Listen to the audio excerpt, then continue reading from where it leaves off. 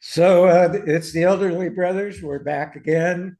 Keep out here fishing for people to watch us and listen or whatever. I'm Larry. I'm 82. Um, I'm Artie, and I'm going to be 90 in a couple of weeks, yeah. and Wow. I'm in Florida. So we were thinking we would talk about And whether we are brothers, however. we are real in reality. Remember that woman in Ybor City I do. after lunch who said, "Are you biological brothers?" She just came out with that for some reason. Same ma, same pa is always the answer. Yeah, Um, But so we're going to talk about whether we're trying to decide whether or not we are grumpy old men, and if anybody watching this is, or even grumpy old women. And I, in general, don't think I'm a grumpy old man. I'm pretty grumpy, but I'm not nasty grumpy. I'm just grumpy. I'm a grumpy Okay. old man. Maybe you're I got this whistle to protect myself, and from, I'm going to blow it, but you won't hear it. yeah, it's silent. A Only a silent dog, whistle. only a dog can hear it. Really, the dogs are barking all over the neighborhood. So, maybe you're not grumpy, maybe you're curmudgeonly. Yeah, I think I'm more of a curmudgeon, but curmudgeons complain a lot, so it's sort of like grumpy. It's sort of very similar to grumpy, I think. Is a curmudgeon the same as a kvetch?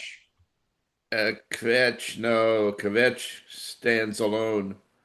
As I being think a kvetch is just somebody who's constantly complaining about stuff. You whereas know, dinner wasn't so good. It could have been better. Too much tarragon in my ribeye, that sort of thing. little first world complaints. Well, you can complain about history too, but that doesn't do any good. So I think fetching is more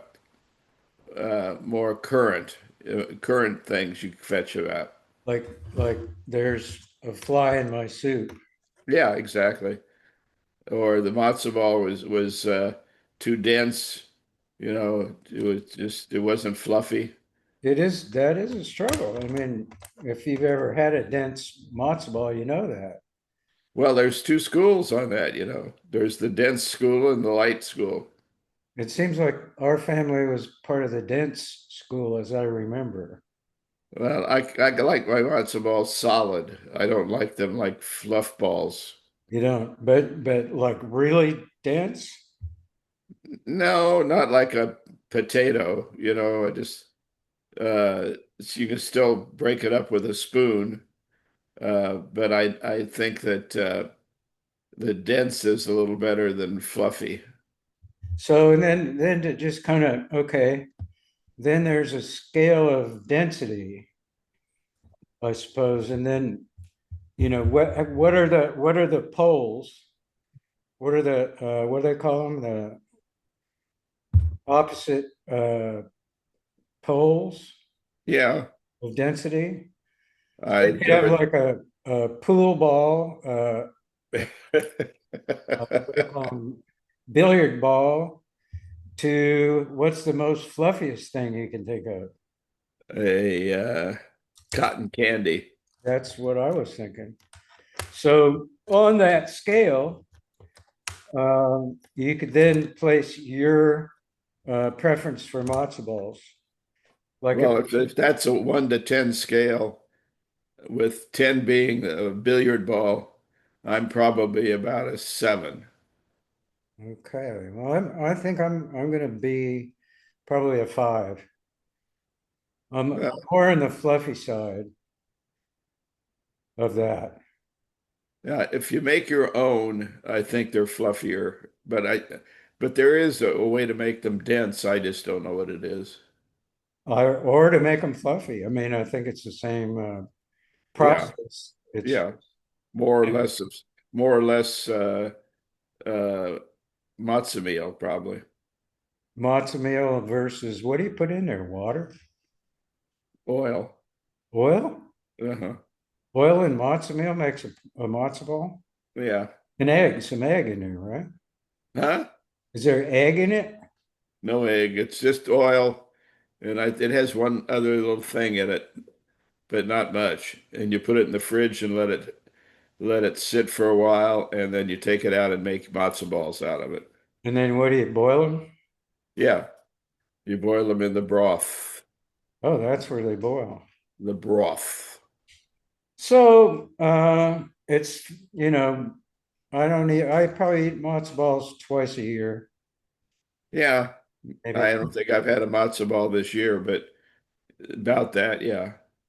And every diner you can, well, not every diner, I guess diners in New York And diners here too. have matzo. Well, I mean, that's New York in the South. Yeah, it's true. Yeah, you can get matzo ball soup, and I don't get it because I don't trust it in a restaurant. And what don't you trust?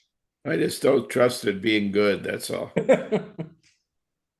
I mean, if you make 1,000 matzo balls, for example, at the same time, True, and they probably do that. They probably have a big bin of them. yeah, bin of balls. Yeah, I would love to go in a diner in the kitchen to see how they can make 800 different things out of one kitchen. yeah, really. Kitchens with, I mean, restaurants with five pages of stuff to order. I don't like that at all because I don't think they can make everything good or everything fresh. I mean, if you go into a place and they have uh, salmon on the menu along with 30 other things, I'm not trusting that salmon.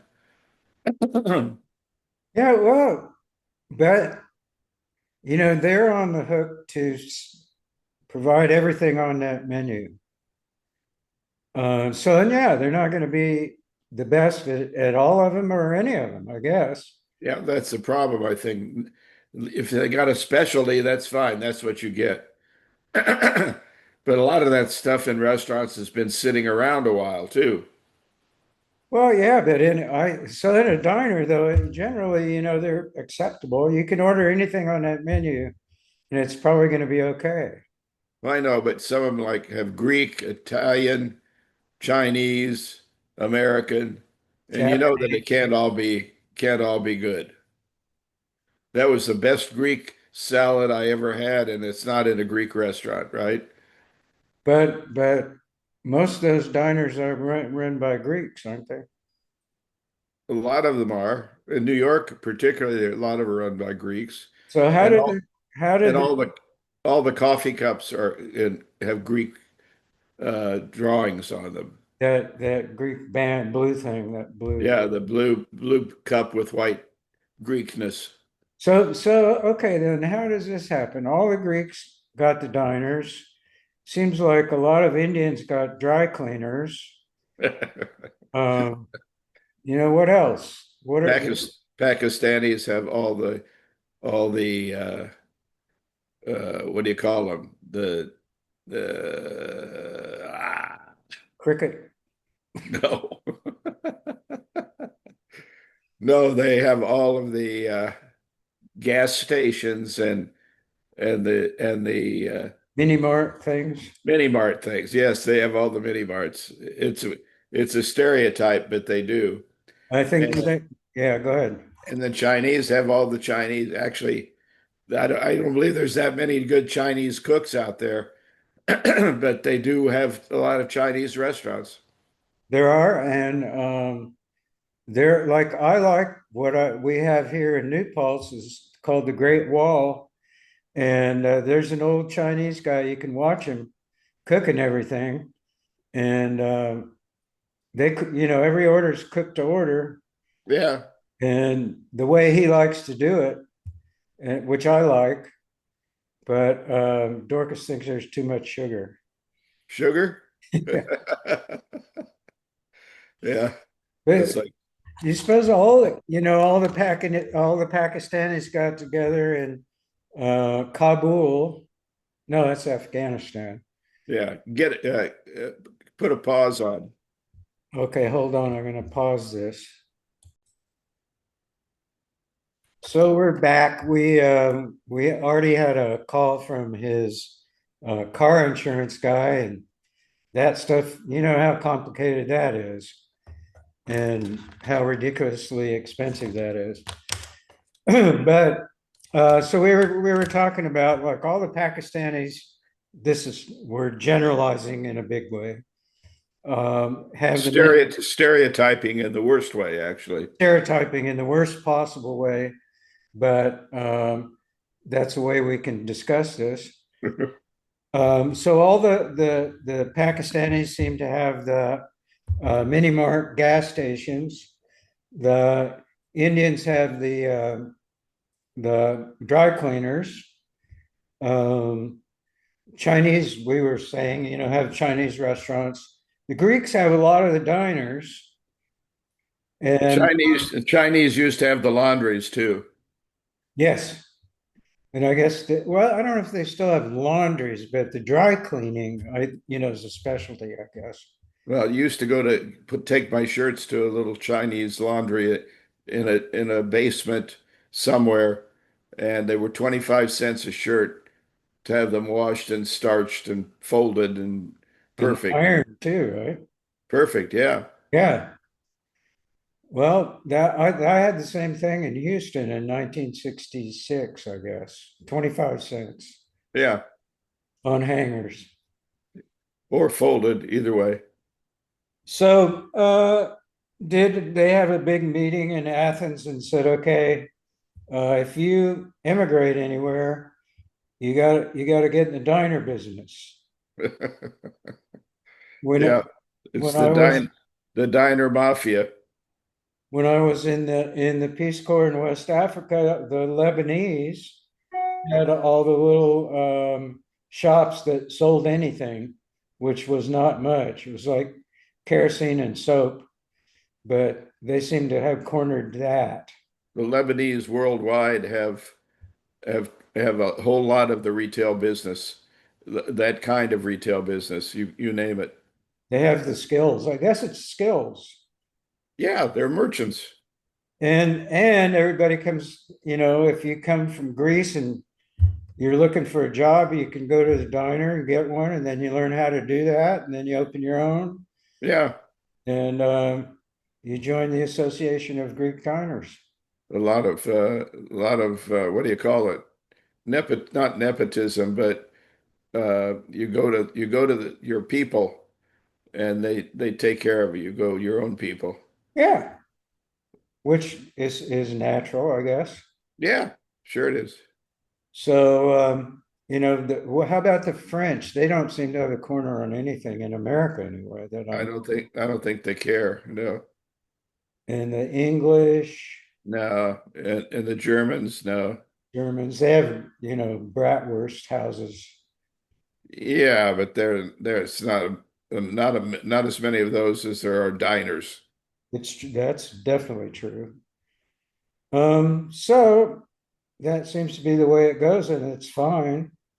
Um, it seems like it's what your culture values are and what the job openings are Yeah. will get you into a certain field. Well, and that's how the Jews got into banking too. Same principle. Yeah, And banking seemed to have a bad connotation, whereas diners had a great connotation. yeah. Well, who loves a banker? Well, but what's to hate about a banker? You feel like you're always getting taken advantage of, I guess. How do they take advantage of you? They probably don't, but it seems like it. I think they did. I think they did, but I have stuff all over my shirt. It Uh, didn't show until you mentioned that. I know. Anyway, so all those stereotypes are pretty much true.